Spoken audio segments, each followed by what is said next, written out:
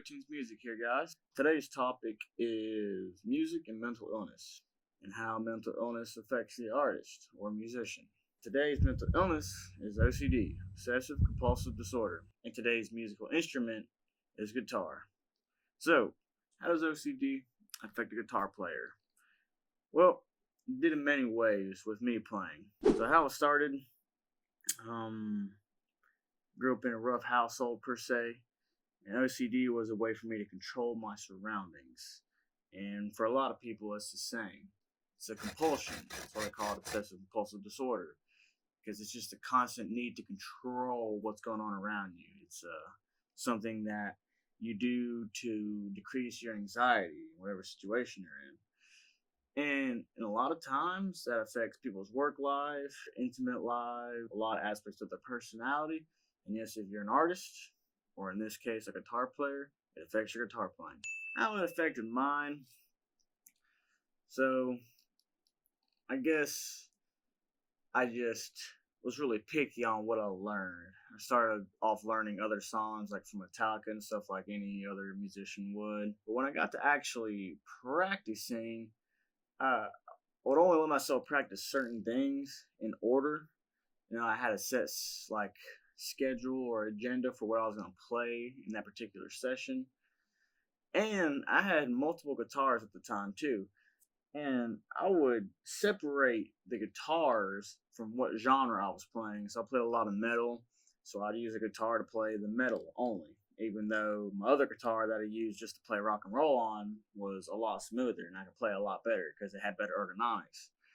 But I still separated the two because at the time I didn't know I was OCD, but that's what it was. I just was compulsive about it, and I was compulsively controlling how I played, if that makes sense. Controlling what I played instead of what an artist really does is just let the feeling flow into the instrument, into the medium, and just play what comes naturally. I was forcing myself to play certain things. But with that being said, there was some benefits. I was always, excited to play. I was always ready to play. And I always did play.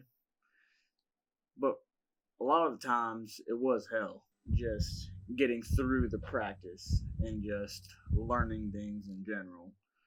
Because as soon as I got on a genre, I made that the only thing I wanted to learn. And I used to tell myself, I'm going to spend a year on this genre, which is metal, play that for a year, and then after that, I'll spend a year to focus on this genre, which is jazz, and I'll play that for a year, and I won't play anything else but those genres for that year. Now you can kind of see how that could, cause some, problems in your team. Problem one was I couldn't just play what I was playing for that year. I would play everything in one session, and then I would tell myself after the session, okay, after that session, I won't do it again. I'm only going to play metal. And every time that happened, I would just play whatever I wanted. And this is where a lot of people tell me, you're practicing shouldn't be you're performing. I kind of think that's a load of shit.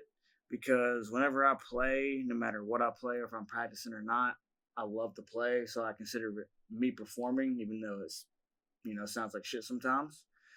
But I get the concept, I understand the meaning of it, when you should practice at certain times, and then when it leads up to your performance, you'll be ready. Well, shit, I didn't understand that back then.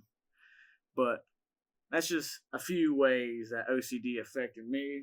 It may be different for all kinds of people across the board, but mental illness in general definitely affects the artist. It inspires them, but it puts up resistance. And resistance is the one thing that'll keep you from doing the things you love most. And in a lot of cultures and a lot of religion, doing what you love most is the most important part about life. It's considered a sin not to do so. My wife told me that, just to quote her.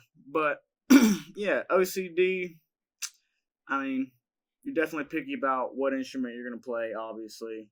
How you play it, you're going to punish yourself if you do things wrong. And that will kind of hinder your progress, because that's just supposed to happen. But, yeah, other than that, just let me know what you think about this. Many of you won't agree. Some of you might relate. But I've said my 2 cents. So, this is Joe Teens Music, guys. Eat Sleep Music. That's it.